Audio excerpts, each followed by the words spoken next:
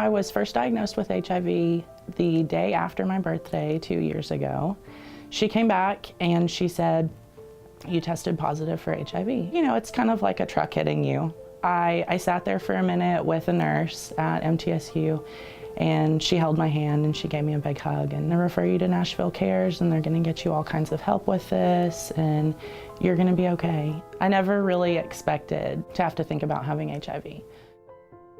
I went in and got tested on November 3rd, 2008, 11:13 a.m. She told me that I was positive. Instantly I felt guilt and shame. My heart dropped, you know. I thought this could never happen to me. I didn't know how to tell my family, couldn't communicate with people. You know, I didn't feel comfortable. I was very terrified because I just thought I was going to die. It's been 26 years. I got pneumonia and I couldn't shake it. I got the call from the health department saying you're positive for HIV. When I told my older sister, she was so disturbed by that because there was so little information. So she didn't understand it. I didn't know how to explain it to her. And so we parted ways. I spiraled down here with alcohol. That's what helped me cope. I wanted the pain to go away. I didn't want to think about HIV. You know, I didn't have my family.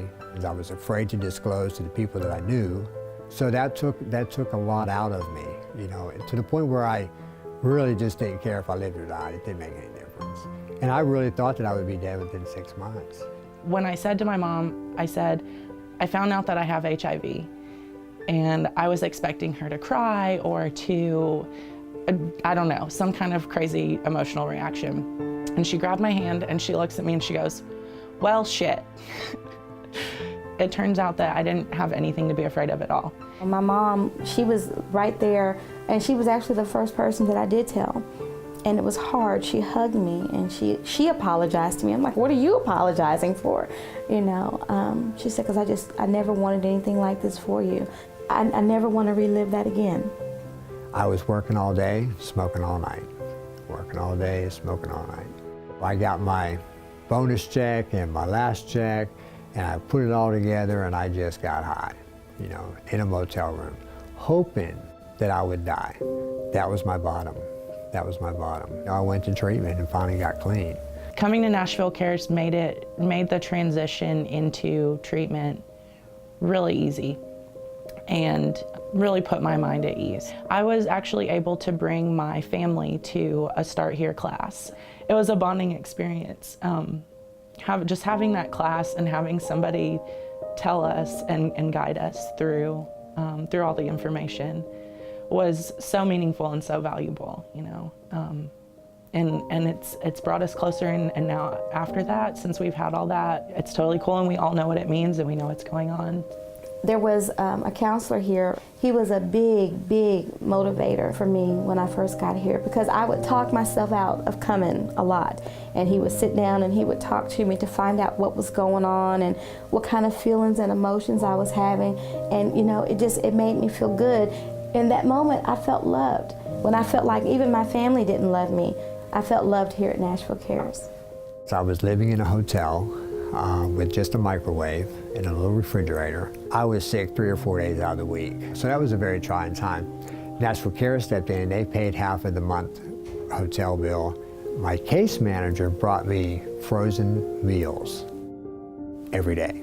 You know, so I'm not going hungry. If it wasn't for that, during that time, I'm not sure where I would be at this point. That's something else that's really valuable that Cares offers, is not just the physical health, but also what's going on with your mind, what's going on with your personal life. It's teamwork, it's a team. I feel like I have a team at my back.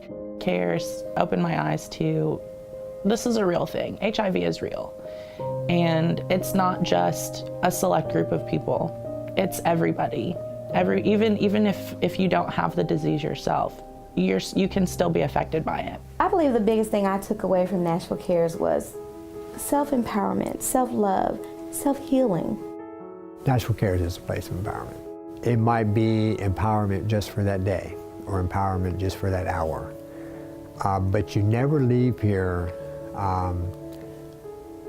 not learning something. I'm so thankful that Cares is here, because I would be totally lost without this team and without the support I've gotten here. For me, stigma is just a word. That's what led me to return to school and obtain a master's degree in mental health counseling. Even in my addiction, I have always wanted to give back. Because when a person is in addiction, they take from the community. When I got sober, I said the best thing I can do is give back to the same people that I took from. You know, people would not believe that, you know, even after being diagnosed with HIV, that, you know, there is life, there's happiness, there's joy. I've been married now for 1 year and 3 months, and I'm happily married. For me, it's just life's journey. You know, you go through in a lot of things because it's preparing you for what's to come, and I'm driven by that. And I think that's what keeps me healthy.